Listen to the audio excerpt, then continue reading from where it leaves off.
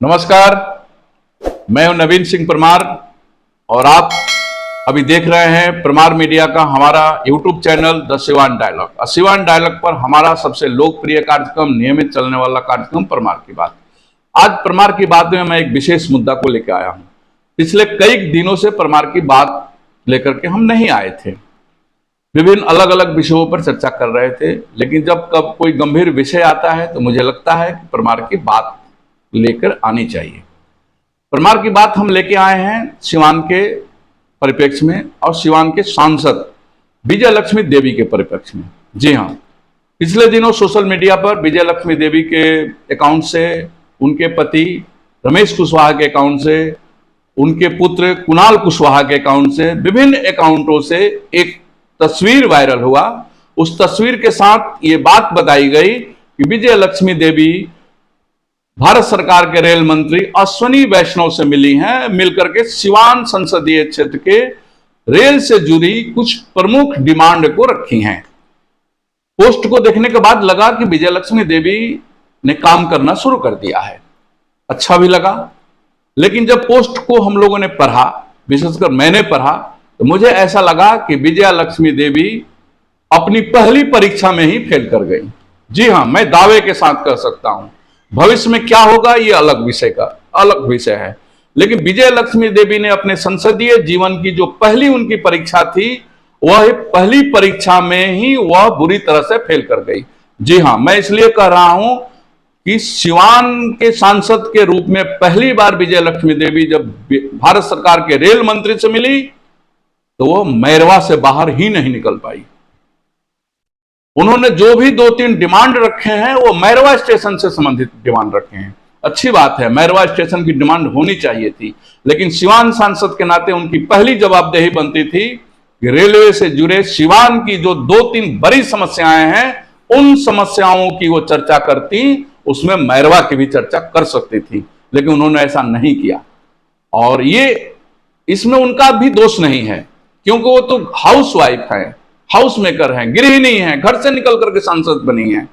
उनके इर्द गिर्द जो सलाहकार हैं, उनके पति रमेश कुशवाहा हो, उनके पुत्र कुणाल कुशवाहा हो, या फिर और भी जो लोग उनके इर्द गिर्द हैं, इन लोगों को शायद सिवान की मूलभूत समस्याओं की समझ नहीं है। अगर समझ रहती तो वह रेल मंत्री से मिलती तो सबसे पहले उनका डिमांड जो होता, वह डिमांड होता कि सिवान शहर को डिस्टर्ब करने वाला सिसवन ढाला के जाम से शहर को निजात दिलाया जाए। लेकिन वो मैरवा के लिए ट्रेन मांग रही हैं, मैरवा में ट्रेन की ठहराव मांग रही हैं। मैरवा की हम बात करें तो सिवान अपने महादेवा निवास से जब वो मैरवा जाती हैं तो उनको घंटों कचहरी ढाला के जाम में फंसना पड़ता होगा, लेकिन उनको कचहरी ढाला का जाम दिखाई नहीं दिया।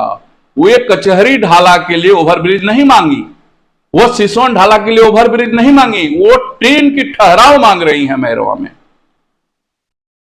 सिवान की जनता की रेलवे से जुड़ी जो सबसे बड़ी डिमांड है वह है सिसवन ढाला का ओवरब्रिज, वह है कचहरी ढाला का ओवरब्रिज। पटना से सिवान की कोई सीधी ट्रेन नहीं है, यह सबसे बड़ी समस्या है। 300-350 बस वाले भाड़ा ले रहे हैं। सिवान के लोगों को मजबूरी में सुबह 4 बजे इंटरसिटी पकड़नी पड़ रही है, वो भी हाजीपुर उतर करके हाजीपुर से 60 रुपया भाड़ा देकर उनको पटना जाना पड़ रहा है। क्या सिवान के सांसद को यह समझ में नहीं आया कि सिवान से पटना के लिए एक डीएमयू या ईएमयू सर्विस मांगती, मेमो ट्रेन मांगती, लेकिन वो मैरवा के लिए ट्रेन की ठहराव मांग रही हैं। सिवान के लोगों को पटना पहुंचाने की व्यवस्था नहीं कर रही है। वो सिवान की जनता का वर्षों से मांग है कि सिवान से बनारसी के लिए, बाबा काशी विश्वनाथ के लिए एक सीधी ट्रेन सेवा होनी चाहिए। एक लिक्ष्मी ट्रेन आती है, लेकिन वो सीतामढ़ी से आती है, भरी हुई आती है।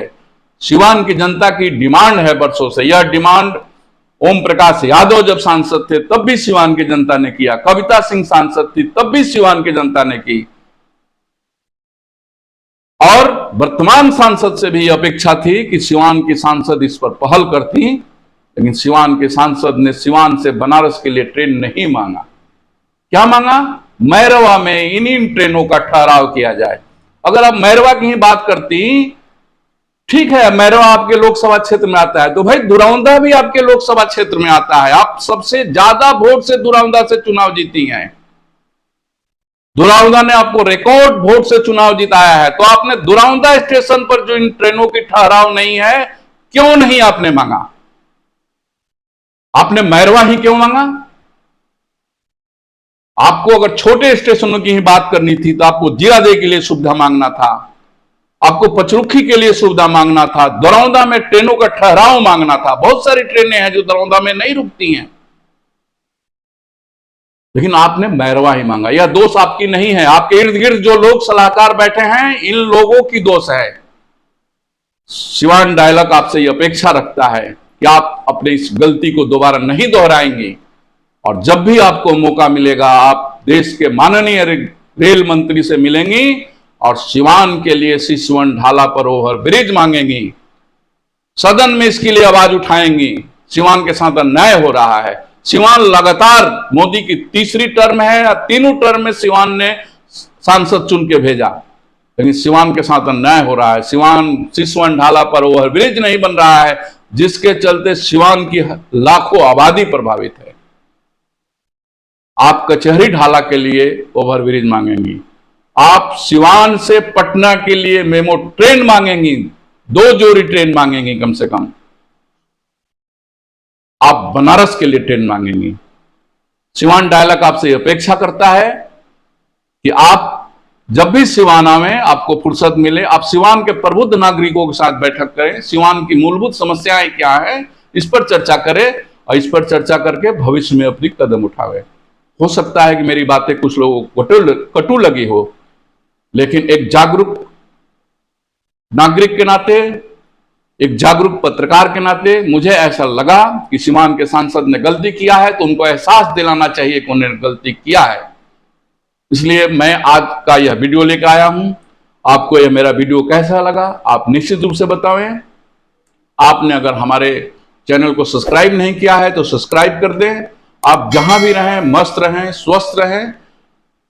इन्हीं शब्दों के साथ आज परमार की बात के इस एपिसोड को हम यहीं समाप्त कर रहे हैं। जय भारत, जय सिया राम।